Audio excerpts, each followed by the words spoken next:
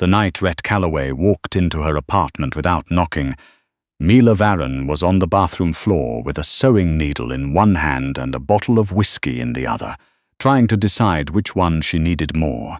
She hadn't expected anyone. She never did. That was the whole point of living in a building where the front door lock had been broken for 6 months, and nobody bothered to fix it, because nobody who lived there had anything worth stealing.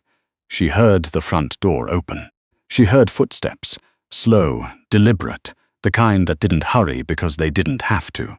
And then the bathroom door swung inward, and she found herself looking up at Rhett Calloway, who stood in the doorway in a jacket that probably cost more than 3 months of her rent, staring down at her with an expression she couldn't read.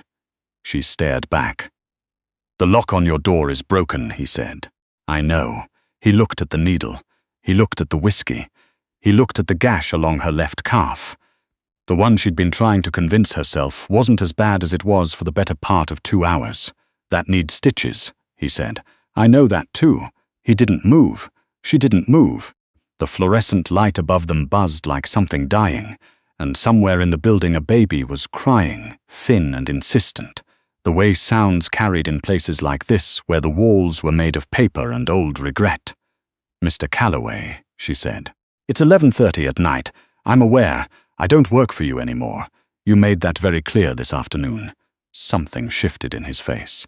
Not much. He wasn't a man who gave things away easily. She'd learned that in 8 months of working for him, watching him sit across boardroom tables from men who wanted to break him, watching him never once blink. But there was something there, behind the composure, and she was too tired and too hurt to figure out what it was. "I said what I needed to say," he told her, in front of people who needed to hear it. She looked at the needle in her hand. The thread was the wrong color. She only had white, and the gash was angry and red, and she was going to have a scar no matter what she did. She'd had worse. She had a scar on her right shoulder she'd gotten when she was 16, falling through a window trying to get away from her mother's boyfriend. She had a burn mark on her forearm that she never talked about. She was very familiar with her own body's map of damage. "You should go," she said. He walked into the bathroom instead. It wasn't large.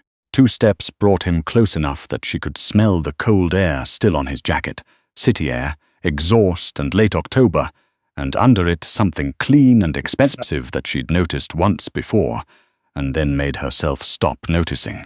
He crouched down in front of her, which she hadn't expected. Men like Calloway didn't crouch. They stood over things. They looked down. He took the needle from her hand without asking. She let him, which surprised her more than anything else.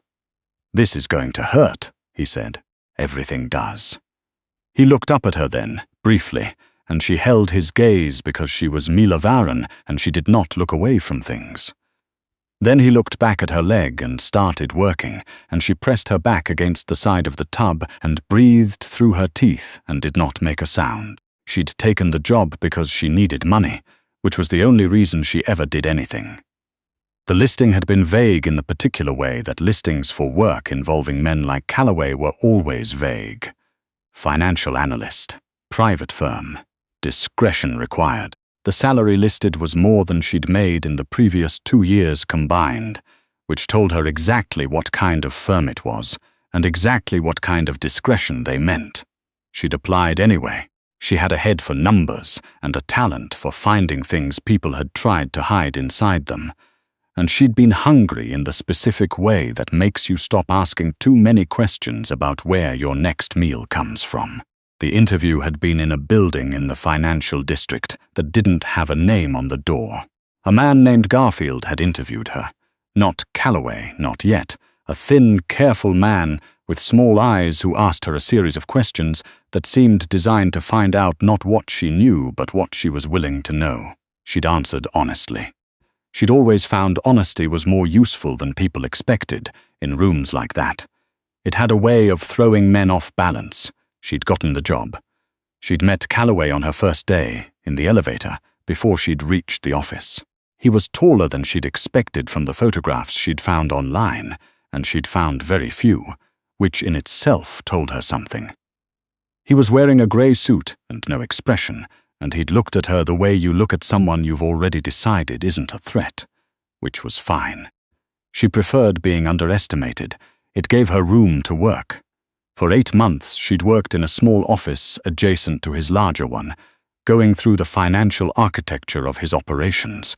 The legitimate ones, the ones she was supposed to be looking at. She was good at it. She was better than good. She found things that had been wrong for years, small drains that added up, patterns that nobody else had thought to look for because they'd all been looking at the big numbers, and she'd always paid attention to the small ones. Calloway noticed. He didn't say much. He wasn't a man who said much, but she'd catch him sometimes, standing in the doorway of her office, watching her work, never commenting, just watching. And she'd keep her eyes on her screen and pretend she hadn't noticed, because that was the arrangement they had. She did her job, he left her alone to do it, and neither of them made the mistake of thinking it was anything more than a transaction. Then 6 months in, she'd found the discrepancy. It wasn't in anything she was supposed to be looking at. She'd stumbled into it by accident, following a thread in the supply chain numbers that had seemed off, pulling at it until it unraveled into something much larger and much uglier than she'd expected. Money moving in patterns she recognized because she'd seen patterns like it before, a long time ago, when she was 17 and working for a man in Philadelphia who'd eventually gone to federal prison. She hadn't said anything. Not right away. She'd spent 3 weeks sitting with what she knew, weighing it, turning it over in her hands like something with edges that could cut her, because she understood exactly what it meant and exactly what her options were. Then she'd put it in a report and left it on Calloway's desk and gone back to her office and waited. He'd come in 20 minutes later and closed the door behind him. "You weren't supposed to find this," he'd said. "No," she'd agreed. "What do you want?" She'd looked at him. He was standing by the window, the city spread out grey and enormous behind him, and his face was absolutely still the way it got when he was deciding something. "I want my job," she'd said, "and I want to know what's actually in those accounts." He'd been quiet for a long time. "You understand what you're asking," he'd finally said. It wasn't a question. "I understand the risk," she'd said. "I'm asking anyway." Another silence. Then, "You're very strange, Mila." It was the first time he'd used her first name. She'd kept working. She'd kept finding things. And Calloway, for reasons she didn't entirely understand, had started trusting her with things that made the initial discrepancy look small. That was probably the first mistake. She wasn't sure whose. The second mistake, she thought. Sitting on the bathroom floor, while he stitched her leg with practiced hands that she was trying not to think too hard about, was the afternoon 3 weeks ago when he'd asked her to stay late, and they'd ended up sitting on opposite sides of his desk for 4 hours working through a problem in the offshore structures. And somewhere around midnight, she'd said something dry about a particular accounting trick, and he'd laughed. She'd never heard him laugh before. It was a short sound, low, like something he didn't do often enough to be comfortable with it.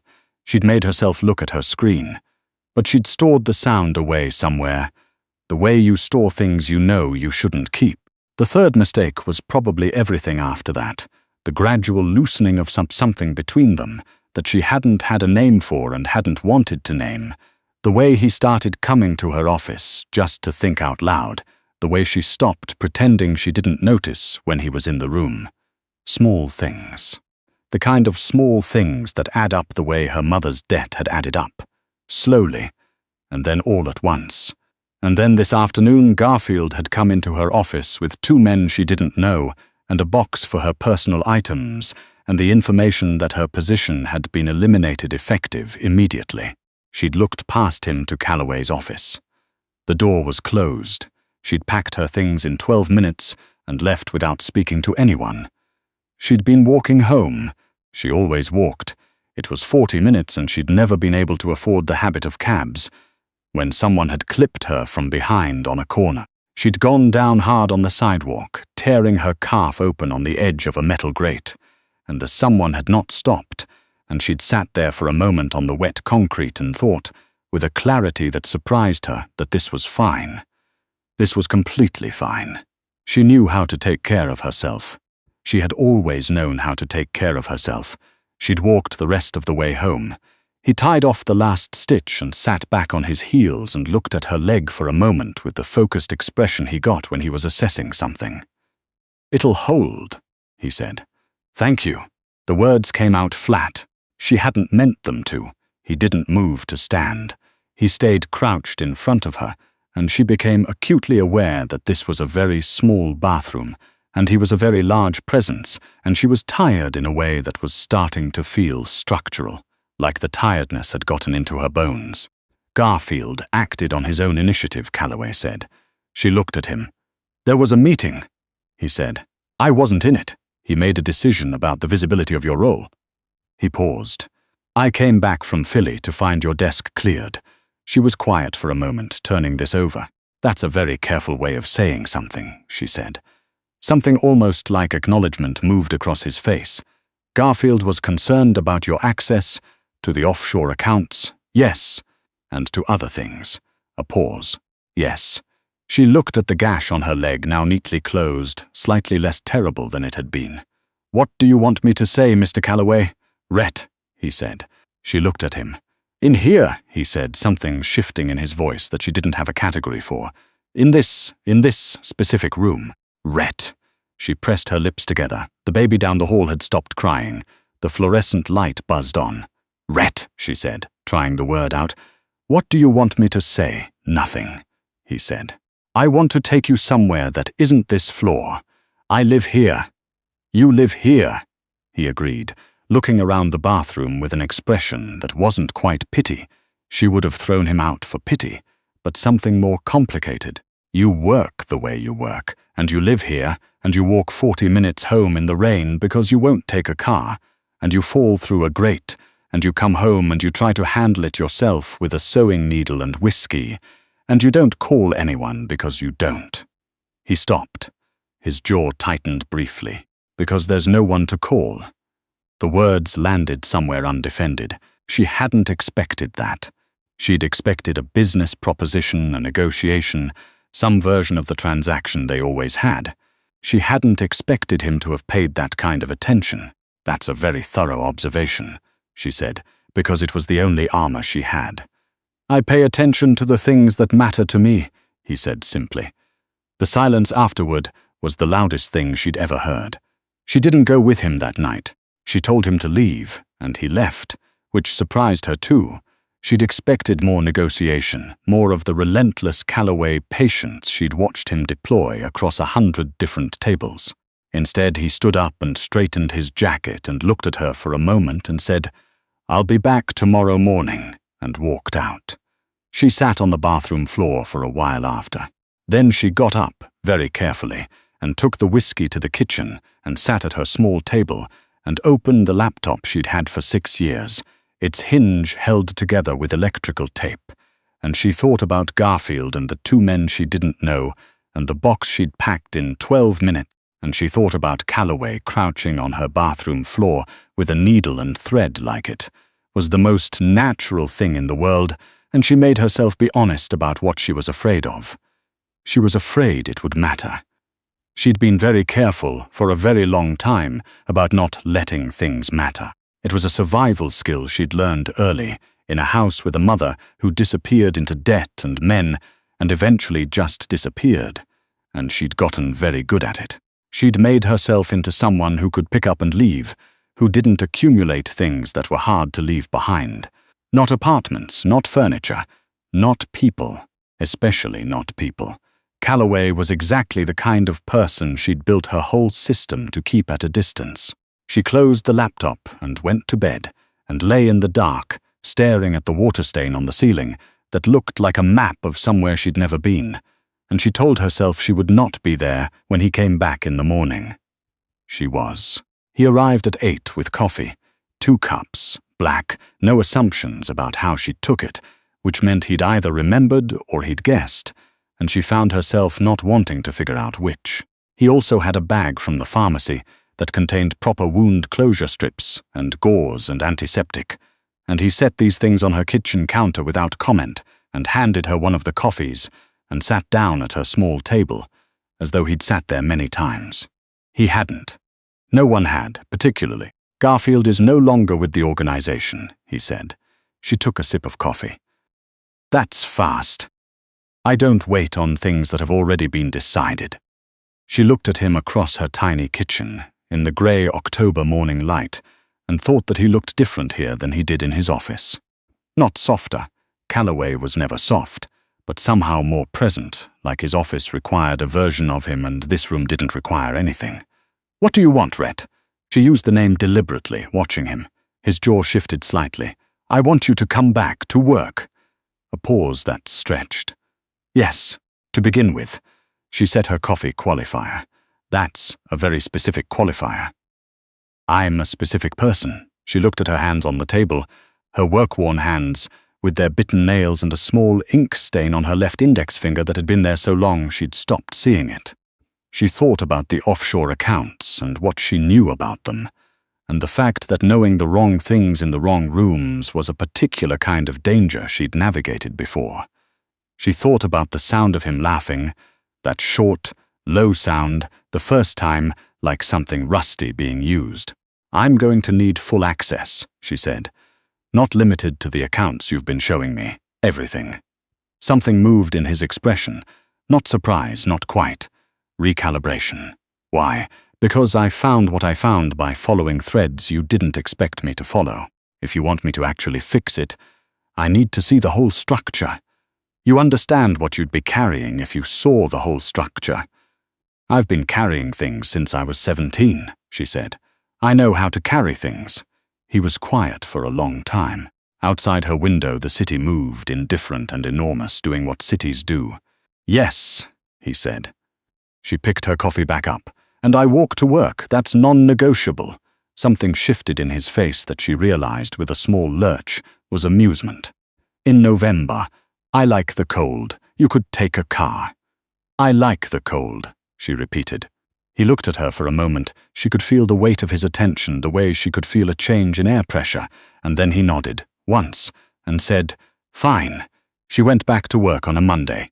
Her office was exactly as she'd left it, which meant either no one had touched it or someone had put it back, and she didn't ask which. She sat down at her desk and opened her laptop and started working. And it was almost like nothing had happened, except that it wasn't, because something had shifted in the particular frequency of the space between her office and his, something she couldn't have put a number to, but felt the way you feel a change in weather before it arrives. He came to her doorway twice that morning. Just stood there, didn't say anything. She kept her eyes on her screen. The second time she said, The quarterly flow in the third shell company is off by about 11,000. Someone's been skimming. Silence. Not one of mine, he said. I know. That's what's interesting. She heard him come into the room. He didn't sit. He came to stand behind her, at an angle, and looked at her screen, and she was intensely aware of the proximity, but she did not stop typing. Show me, he said. She showed him. They worked through it for 2 hours, close in the small office, in a way that they'd been close before, but that felt different now. Or maybe it had always felt like this, and she'd just been more careful about noticing. His jacket was off. His sleeves were rolled up to the forearm. She kept her eyes on the numbers. When they found what they were looking for, a systematic small-scale theft that had been running for probably 14 months, elegant in a particularly infuriating way, she sat back and said, Someone taught that person well. Does it bother you? He said. Finding things that are supposed to be hidden. She considered the question. It bothers me when people do it badly, she said. This one's almost pretty. But no. Finding is, I like finding. You like the puzzle. I like the moment when the numbers tell the truth, she said. They always do, eventually. They can't help it. You can hide things in words, you can hide things in silence, but the numbers always talk if you know how to listen. He was quiet for a moment. My father was the same, he said. She looked at him, surprised. He almost never said anything about his family, about before. She knew the outline, she'd researched it carefully when she first took the job, but the outline was all she had. He was looking at the screen, not at her. He used to say that the books were the only honest men in the room. A pause. He was wrong about most things. He was right about that. She didn't say anything. She understood the specific silence around fathers who had been wrong about most things. After a moment, he pulled away and picked his jacket up and said, "I'll have Terence look into the shell company source. Don't let him touch the documentation yet," she said. "I want to follow a few more threads first." He paused in the doorway. "You think it connects to something bigger?" "I think everything connects to something bigger," she said. "That's usually the problem." He was quiet for a moment, and she looked up at him, and he was looking at her with an expression she'd been cataloguing without meaning to for months. Something that wasn't transaction, wasn't assessment, wasn't the careful distance he maintained with everyone. "Mila," he said. "Don't," she said, not unkindly, "not yet." He held her gaze for a moment longer. Then he nodded once and went back to his office, and she listened to his footsteps cross the floor and the quiet sound of his door not quite closing, and she turned back to her screen, and she allowed herself, just briefly, the smallest possible amount of something that she didn't name. She was very careful, but she was also still there, which was more than she'd been able to say about most things in her life. She went back to following the thread. The numbers talked, if you knew how to listen. She had always known how to listen.